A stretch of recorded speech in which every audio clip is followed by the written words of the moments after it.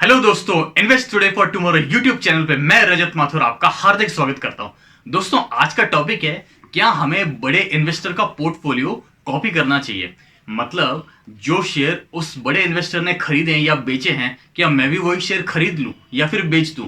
तो चलिए शुरू करते हैं। दोस्तों, हमें बड़े इन्वेस्टर के पोर्टफोलियो को कभी भी ब्लाइंडली फॉलो नहीं करना चाहिए।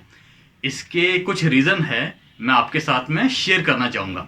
पहला रीजन है, आपको उस बड़े इन्वेस्टर के पोर्टफोलियो का सिर्फ वही स्टॉक पता है जिसमें उसकी होल्डिंग 1% या उससे ज्यादा है। फॉर एग्जाम्पल, राकेश झुंझुनवाला जी का 35 शेयर का पोर्टफोलियो बहुत फेमस है, लोग काफी उसको फॉलो करते हैं। अब ये 1% होल्डिंग का मतलब क्या है? लेट्स से कोई कंपनी है जो स्टॉक मार्केट में लिस्टेड है, उसकी टोटल वैल्यूएशन है 100 करोड़ रुपए। अब लेट्स से प्रोमोटर का हिस्सा है 50%, तो मतलब 50 करोड़ रुपए तो प्रोमोटर के पास रहेंगे, और जो 50 करोड़ रुपए की वैल्यू है उसके शेयर आप स्टॉक मार्केट में ट्रेड कर सकते हैं। That is called free float market cap. तो अगर इस 100 करोड़ में से बचे हुए 50 करोड़ का मतलब 50 करोड़ का 1% या उससे ज्यादा हिस्सा आपने खरीदा है, तो एज ए रूल आपको उसको पब्लिकली नोटिफाई करना पड़ेगा। वो इंफॉर्मेशन आप छुपा नहीं सकते। तो दोस्तों, यही रीजन है कि बड़े इन्वेस्टर्स के जो सबसे बड़ी होल्डिंग होती है, 1% या उससे ज्यादा वैल्यू होती है, वही पब्लिक होती है, बाकी की पब्लिक नहीं होती है। दोस्तों, हम लोगों को राकेश झुनझुनवाला जी का 35 शेयर का पोर्टफोलियो पता है। क्या आपको लगता है उन्होंने सिर्फ 35 ही शेयर्स में इन्वेस्ट किया होगा? जी नहीं, ऐसा नहीं है। ये 35 शेयर वो है जिसमें उनकी होल्डिंग 1% या उससे ज्यादा है।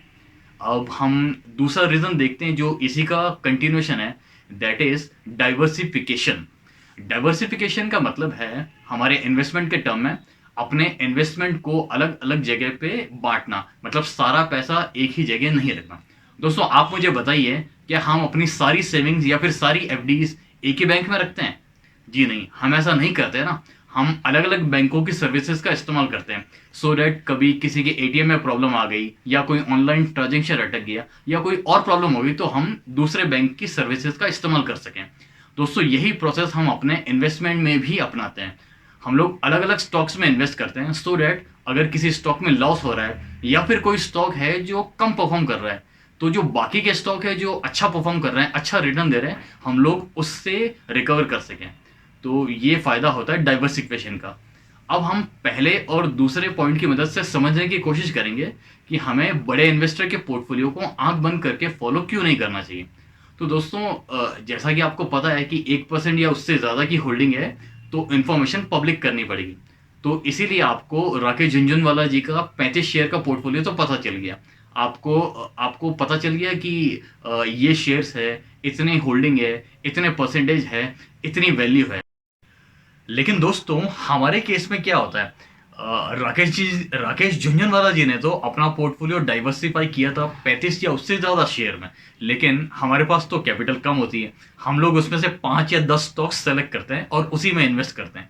तो इस केस में हमारे पोर्टफोलियो का रिस्क उस बड़े इन्वेस्टर के कंपैरिजन में बहुत ही ज्यादा होता है। हमें लॉस होने की प्रोबेबिलिटी उस बड़े इन्वेस्टर के कंपैरिजन में बहुत ही ज्यादा होती है। इसीलिए हमें बड़े इन्वेस्टर के पोर्टफोलियो को आंख बंद करके फॉलो नहीं करना चाहिए। तीसरा रीजन डिस्कस करते हैं, जो कि है time period and patience.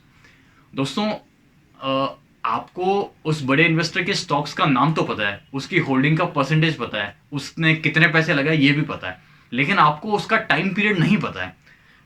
Imagine कीजिए, आपने तो स्टॉक का टाइम पीरियड सोचा था 1 हफ्ता या 1 महीना। आपने सोचा था मैं 1 हफ्ते या 1 महीने के लिए ही इन्वेस्ट करूंगा, लेकिन उस बड़े इन्वेस्टर ने तो 5 साल या 10 साल के लिए इन्वेस्ट कर रखा है। इस इस सिचुएशन में भी आपके पोर्टफोलियो का रिस्क बड़े इन्वेस्टर के कंपैरिजन में बहुत ही ज्यादा होगा। आपको लॉस होने की प्रोबेबिलिटी बड़े इन्वेस्टर के कंपैरिजन में बहुत ही ज्यादा होगी।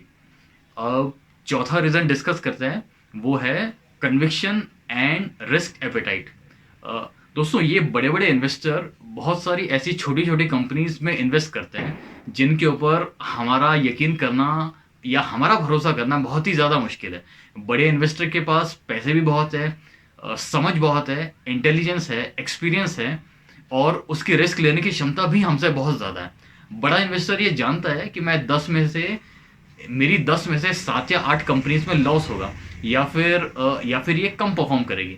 लेकिन मेरी कैपिटल का साइज इतना बड़ा है कि वो जो 2 या 3 कंपनीज बहुत ज़्यादा चल गई, जिन्होंने बहुत ज़्यादा रिटर्न दे दिया, मैं उससे सारा वसूल कर पाऊंगा। लेकिन आम आदमी के या रिटेल इन्वेस्टर के केस में ऐसा नहीं होता। हमारे पास इतनी ज़्यादा कैपिटल नहीं होती, ना हमारी रिस्क लेने की क्षमता इतनी होती है कि 10 में से 7 या 8 कंपनी भी अगर लॉस में हो तो बाकी 2-3 बची कंपनी से मैं सारा रिटर्न निकाल सकूं, सारा प्रॉफिट निकाल सकूं। ऐसा हमारे साथ नहीं होता। तो दोस्तों यही सब रीज़न है जिसकी वजह से हमें बड़े इन्वेस्टर के पोर्टफोलियो को आंख बंद करके फॉलो नहीं करना चाहिए। हमें किसी भी स्टॉक में इन्वेस्ट करने से पहले अपना खुद का एनालिसिस करना चाहिए। हमें ये देखना चाहिए कि मुझे कितने पैसे इसमें इन्वेस्ट करने हैं, मैं कितना रिस्क ले सकता हूँ। उसके बाद हमें ये देखना है कि मुझे कितने टाइम पीरियड के लिए इन्वेस्ट करना है, 1 हफ्ता, 2 हफ्ता, 1 महीना, 6 महीना या मोर देन 1 ईयर।